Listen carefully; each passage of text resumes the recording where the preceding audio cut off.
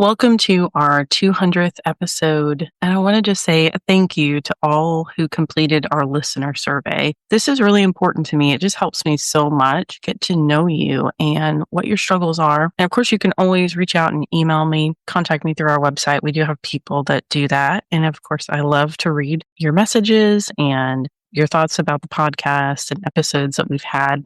Sometimes people will respond to my emails too. That's always welcomed. And the day this comes out, we're going to be announcing via email the winner of our $200 prize in honor of our 200th episode. Hello, and welcome to Christian Faith and OCD with Carrie Bach. I'm a Christ follower, wife and mother, licensed professional counselor who helps Christians struggling with OCD get to a deeper level of healing. When I couldn't find resources for my clients with OCD, God called me to bring this podcast to you with practical tools for developing greater peace. We're here to bust through the shame and stigma surrounding struggling with OCD as a Christian, sharing hopeful stories of healing and helping you replace uncertainty with faith. I'm here to help you let go of the past and future to walk in the present abundant life God has for you. So let's dive right into today's episode. Just a short note, we're not putting out an episode next week due to Thanksgiving. We usually skip Thanksgiving week and Christmas week around here on the podcast for sure. But I want you to stay tuned because we have lots more episodes planned for you that I'm excited about. It's the middle of November, and let's face it, you might be feeling a little gloomy. The weather is just not as favorable, let's say, as warmer seasons. Depending on where you are in the world, you may be having some warmer weather than some other folks. But the reality is we have less daylight in the winter. We're having to get up before the sun. And that kind of does something to our circadian rhythm. I've heard people say, try to get sunlight first thing in the morning when you wake up. I'm like, well, in an ideal world, when it's, summer or spring even, that's quite practical. But however, getting up now to work out, not even work out, but for kids to go to school or parents to go to work, you're having to get up before the sun. You might feel a little bit of seasonal depression, like getting sad that it's dark so early. Even if you're not struggling with the weather in particular, you might be going through a season of discouragement. And let's face it, we all go through those seasons from time to time. Maybe there's just a life tragedy that has happened that you're wrestling with and struggling through. Maybe you're just really down that things have not gone the way that you hoped for in life or in relationships. And that can be tough to deal with and to wade through until things start to get a little bit better, until the sun comes out, so to speak, on your circumstances or on your situations that you're dealing with. Now, believe it or not, this podcast is actually 5 years old. We only have 200 episodes because there was at least a 2-year span in there where we were only producing 2 episodes a month, about every other week, while my daughter was young. If you've been following along, you know that there have been more than one time where I definitely wanted to throw in the towel on this whole thing. Podcasting, people talk about pod fade, which is basically where most of the podcasters, they start out really strong, but they never get past 10 episodes. And even some that go past that, they're not going to make it past 50 episodes because it's tough sometimes, like speaking into the void. People think it's going to be easy, like, oh, you just plug this microphone into your computer and you start yakking and everything's great. But life happens when you're podcasting, of course. I know that I definitely wanted to give up when both my parents died in just a 6-month span. Well, my husband went on disability and we had a baby. Just so much happened during that period. Multiple trips back and forth to Florida to see family. That's just one of those life periods that you look back on. You don't even know how you made it. Like, it was just God. That's the only thing that I can say is like God sustained us through that whole time. I'm so happy that he did and just so thankful. Interestingly enough, what kept me going during that period was I had already signed up to exhibit for the podcast at the American Association of Christian Counselors. And that was in 2023. That was probably about 5 months after my father had passed away. And I thought, well, I can't give up on this podcast now because I've already paid all this money to go exhibit it at this Christian counseling conference. And there's going to be a lot of people there that could potentially benefit from this. interestingly, and I don't know if this person is still listening or hanging around on our email list, but someone came up to me and asked me about the different manifestations of OCD at the conference when I was in the exhibitor hall. I didn't think a ton about it, but I said, there's these different types of things people can obsess about. Here's some examples of each of the different categories. Here's some examples of compulsions. I'm pretty sure the lady touched my arm or something. And she said, Carrie, I just want you to know that what you have shared with me is absolutely life-changing.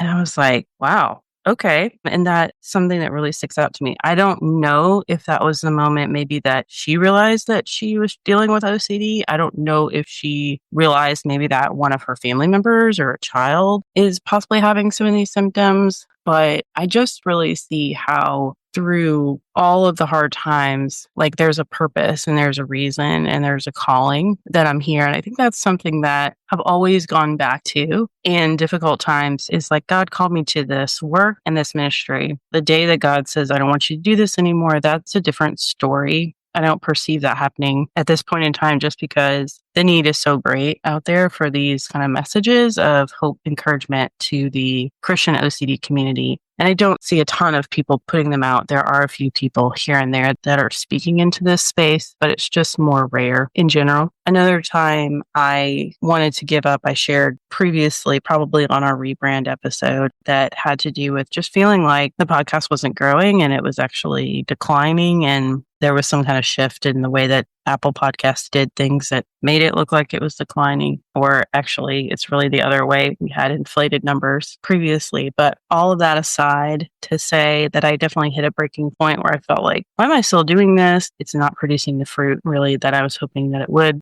And God really led me on that process of rebrand to go from focusing on anxiety and OCD to specifically focusing on OCD. And that is probably the best thing that ever could have happened to this podcast, to my business. And I guess all that to say, I didn't really plan to say most of this, to be honest with you. I had a few notes on a couple of things, but the reason I'm sharing this on a message on discouragement is that this has been a 5-year journey. And obviously I can look back right now and see the hard points. However, when you're in the midst of it, it feels like it's never ending. Some of you feel this way with OCD.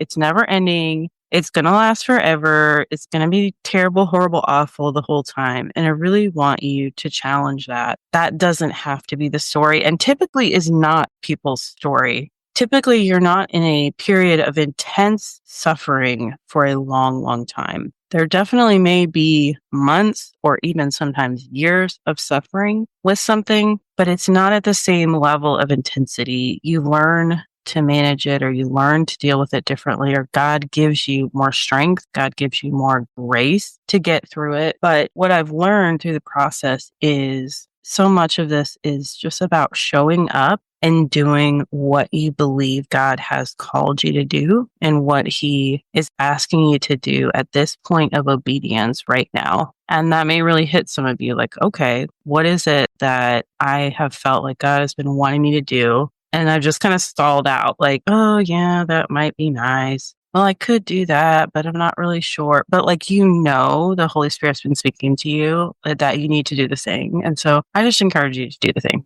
whatever that is, because there's blessings on the other side of obedience, even though definitely it's not always easy. I want to give you today 2 secret weapons that I have found to escape discouragement.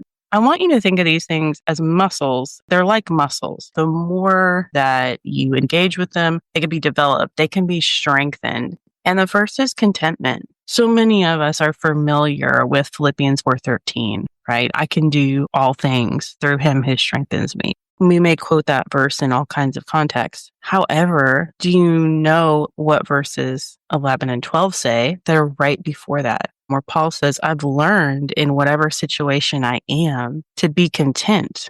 I know how to be brought low, and I know how to abound in any and every circumstance. I have learned the secret of facing plenty and hunger, abundance and need. I can do all things through Him who strengthens me.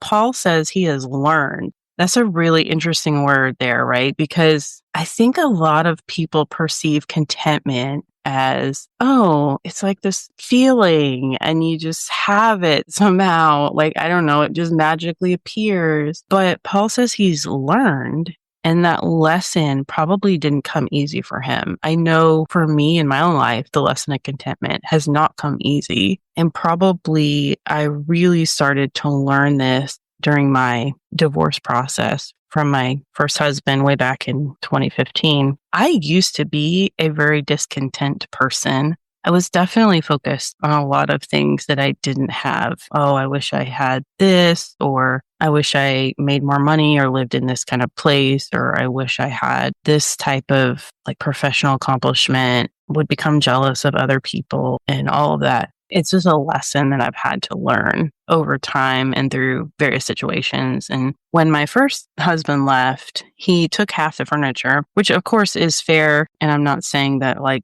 he left me without furniture. Don't hear it that way. We had agreed upon like what he was going to take, what he was going to leave. Things were pretty amicable overall. And I remember looking out into the living room. I got home from work one day and I had like a love seat in there and maybe an end table. My roommate at the time had like positioned it diagonally to take up somehow more space in the room. Like, I don't remember if she put something on the end table. I don't even remember if the end table was mine or hers, but maybe she put some type of like vase or fake plant on it. This was her way of being really kind. And she was trying to make it kind of sort of look nice in there, but there was no way really to hide like, hey, you visibly have no furniture.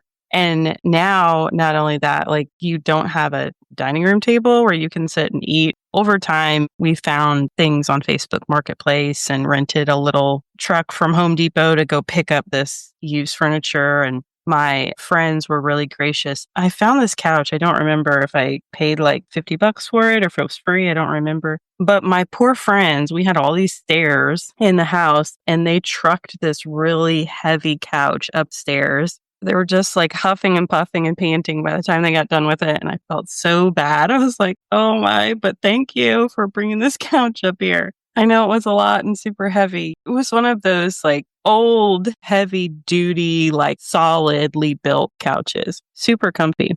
Kind of an eyesore, one of those couches. You're like, it's a little bit of an eyesore, but it's actually really comfortable. God blessed me with some used furniture and was able to find people that could help me carry it up and put it in over time. But it was just this sense of recognizing like, whoa, life is really, really different. And here's a picture, like, welcome to a picture of how your life has changed. And you don't have a choice in that situation. It's just like, okay, well, here we are back when we had foster children. Like, y'all are just hearing half the life story. If you're new to the podcast, I'm like, here we go. I had a foster child one time and he had stolen something from one of our friends at church. His justification for stealing it was interesting. He was like, well, he just has so much stuff. And so it's not a big deal if I take this. And of course, like after we go through the stealing is wrong and this is why conversation, I said to him, I was like, look, here's the thing you've got to understand in life. There's always going to be people that have more than you. That's just the reality. But it's also the reality that there's always going to be people who have less than you. And so it's really important for us to be content and to be thankful for what we have. That's the place that we want to be in. I think that's a good reminder for all of us. When we look at our situation, and my husband will say that quite a bit. Yes, I have a disease. Yes, there's a lot going on with my health, but there are people in a wheelchair that can't walk. And so just trying to be content with where you're at and the blessings that you have that God has given to you. 1 Timothy 6-8, but godliness with contentment is great gain. For we brought nothing into the world, and we cannot take anything out of the world. But if we have food and clothing, with these, we will be content. I think we struggle so much with contentment in America because we're constantly bombarded with advertising where people are telling us like, hey, you don't have this thing. And if you would just go get this thing, somehow your life is going to be astronomically better. And it's just going to be amazing. And then you're going to feel really good. You're going to feel good about yourself and life. And we know that things ultimately don't make us happy. They may make us happy for a short period. Like we get that little burst of excitement. And this is how some people get into like shopping addictions and things like that, right? It's like, oh, here's a little bit of an excitement. Like my brain's firing off happy chemicals. But then I get the thing and I may or may not use it. It may provide a little bit of joy for a small period and then we're done with it. It's funny because it doesn't really matter, I think, like what the cost of the item is. You can get really excited over like a $2 yard sale item and think, oh yeah, this is great. It's only $2. I'm totally going to try this out and use it. And then you bring it home and you don't use it. And next thing you know, it ends up in your yard sale next year. It's funny how those things happen. I really don't like clutter and try to be more on the minimalistic side. So I'm pretty careful about what I bring in the house. And if I don't think I'm going to use it, then I say, man, that's nice, but I don't think I'll actually use it and try to leave it there. If I don't end up using it, or maybe I used it a lot in the past and don't need it anymore, then I try to get rid of it, give it away or something of that nature. Now, our second secret weapon goes along with contentment, and that is gratitude. Gratitude really helps us get into a different headspace. Not only are we told to be thankful in scripture, but I'll talk with you a little bit about their science that backs this up, that when we are grateful, it helps us shift off of what we don't have or what's not going well to what we do have and to what is going well in our lives, even in the difficult times. 1 Thessalonians 5:18 tells us to give thanks in all circumstances. Oh, ouch, that's hard. For this is God's will for you in Christ Jesus. Like all circumstances, do I have to be thankful even when I don't get that promotion at work? And that could be a blessing. You may not know what God is saving us from sometimes. Do I have to be thankful when I get that diagnosis of something that I didn't see coming? Do I have to be thankful when I have a child who's rebelling or having behavior problems? And then that really brings us back to James 1. Consider it pure joy whenever you face trials of many kinds, because we know that God is at work in these hardships, that God is shaping the character of other people. Gratitude, being thankful, it doesn't mean that we're not paying attention to the suffering or we're pretending like it's not there. You're faithful in the midst of what I'm going through. Like you are still good. That can be super hard to hold on to at times. I know for me, that was definitely something that was challenging for me to hold on to in the hard times. Like, okay, God, this is a really, really bad situation, but I'm supposed to believe that you're still good in the midst of this. Like, even though I think we struggle so much with God's sovereignty, it's like, well, why did you allow X, Y, Z to happen? And I can't answer those questions for you because I wish I could answer them in my own life, right? Like, God, why'd you allow this or why'd you allow that? But at the same time, I know that God sees much more than I can see. Like my viewpoint, my vantage point on this life and this world is very, very limited. God sees everything past, present, and future, and he exists outside of time. It's like he knows how all of these things are going to work and they're going to work out for his good and his glory. And that's ultimately what's most important.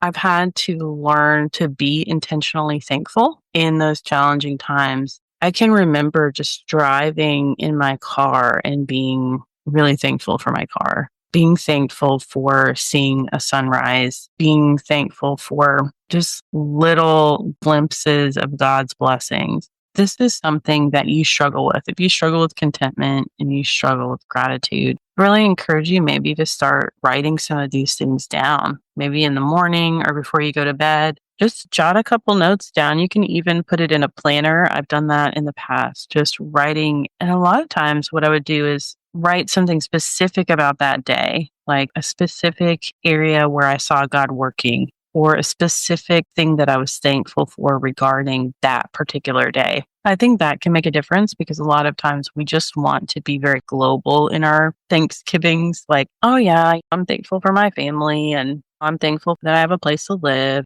I mean, all of those things are good, but I just think it helps your brain and your relationship with God if you're able to get much more specific about what particularly it is that you're thankful for. Now, let's look at the science. Regular gratitude practice increases activity in the brain reward centers, it boosts serotonin and dopamine levels. Studies show that gratitude journaling for even 2 weeks can significantly lower depressive symptoms and increase optimism. I remember working with somebody one time and was really trying to get her to see if she could come up with any positives about her circumstance, and literally nothing. Actually, I've worked with a couple people like that. And I have found probably some of the most challenging to work with because there's always some type of something positive here, some type of silver lining, even if it's just like, this isn't going to last forever.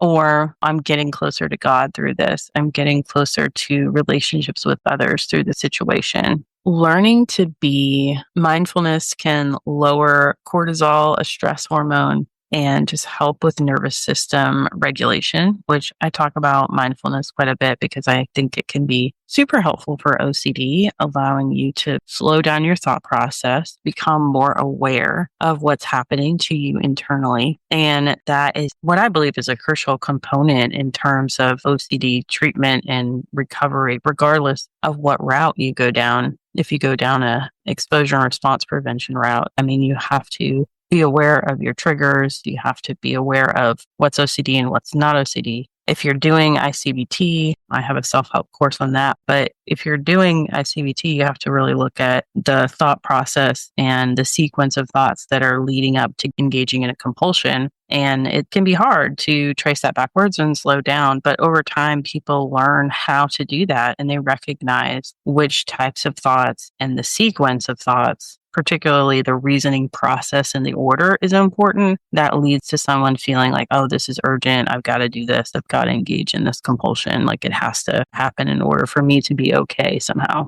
I've talked about this before as well, but it's been a little while. Mindfulness can help us reduce secondary suffering. Primary suffering would be the intrusive thoughts themselves, actual physical pain. Mindfulness is really great for chronic pain. That would be a primary suffering. That's something that we can't necessarily intervene on or do anything about right away. But secondary suffering is taking you out of the present moment. So it's those thoughts like, oh gosh, how long am I going to have to deal with this? I can't believe I've been going through this for so long. What if this lasts forever? I'm just never going to get through this. I'm never going to get better. All of that secondary suffering, if you're able to bring in mindfulness and recognize like, okay, what's actually happening right now is usually not as bad as what we have like forecasted into the future or what we're projecting. The meaning that we're making about this suffering is sometimes more painful than the actual suffering itself,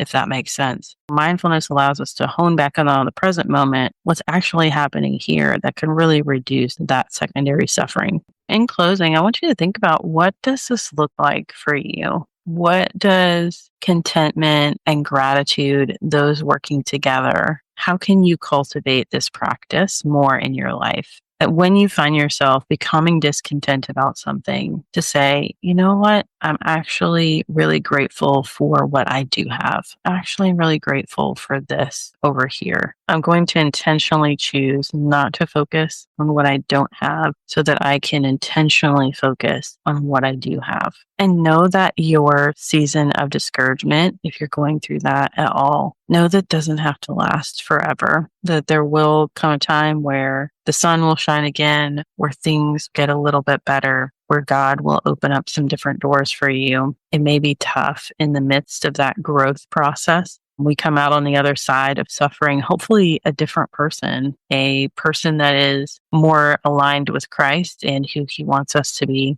more connected to other people in our life who, whether those are people that God wants us to love or serve more deeply, or just people that we need to develop more intimate relationships with. I strongly believe that there is hope for your situation, regardless of what you're going through. And the reason for that is because I have seen people who felt really, really stuck, whether it was stuck in trauma, stuck in OCD, stuck in difficult situations, who were able to move through that, get the help, support, treatment, whatever it is they need to come out a different person on the other side. And if there's any way that I can support you in that process, I would love to do that. I am currently booking intensive sessions into 2026. Just had some amazing results with those lately. And if that's something that you think, hey, I just need to get away for a few days from all my environmental triggers and really focus in, hone in on my trauma, then I would love to support you through that.